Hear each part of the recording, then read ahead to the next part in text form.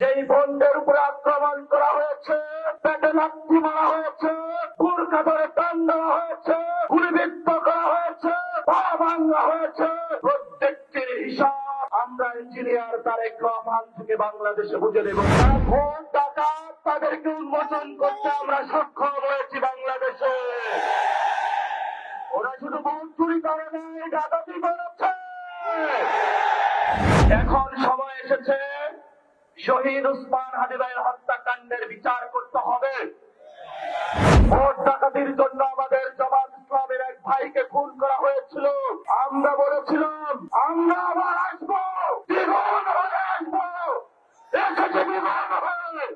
আমাদের ভাইয়ের হত্যার বিচার বুঝে নিতে হবে। যারা বাংলাদেশে জনগণ 17 বছর অপেক্ষা করেছিল, আমাদের অধিকার ছিনিয়ে নিয়েছে, ডাকাতির মাধ্যমে ভাইদেরকে হত্যা করেছে।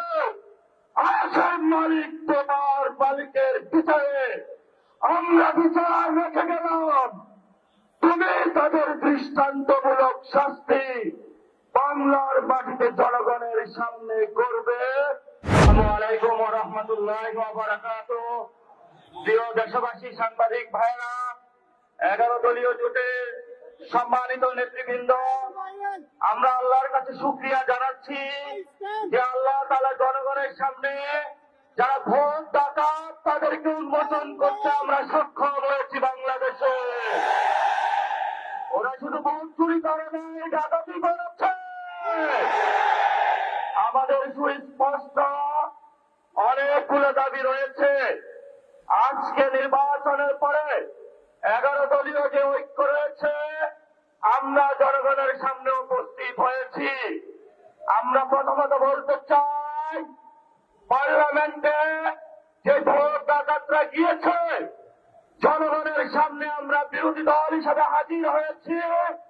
আমরা রাজপথে থাকবো, কড়ায় গন্ডায় ইঞ্চি ইঞ্চি করে জনগণের উপরে যারা ভোটে ইঞ্জিনিয়ারিং করেছে, ভোট ডাকাতি করেছে, নতুন ভাবে জুলুম চাপিয়ে দেবার চেষ্টা করছে, আমরা তাদের কাছ থেকে বুঝে নেব ইনশাআল্লাহ। আমি সংক্ষিপ্ত কথা বলবো। আমাদের ভাই শহীদ ওসমান হাদি আজকে আমাদের মধ্যে থাকতে পারতেন, সংসদ সদস্য হিসাবে ঢাকা আটেন। আল্লাহ ওনাকে শহীদ হিসাবে নিয়ে গিয়েছেন। আমরা বিচারের দাবিতে মাঠে গিয়েছি।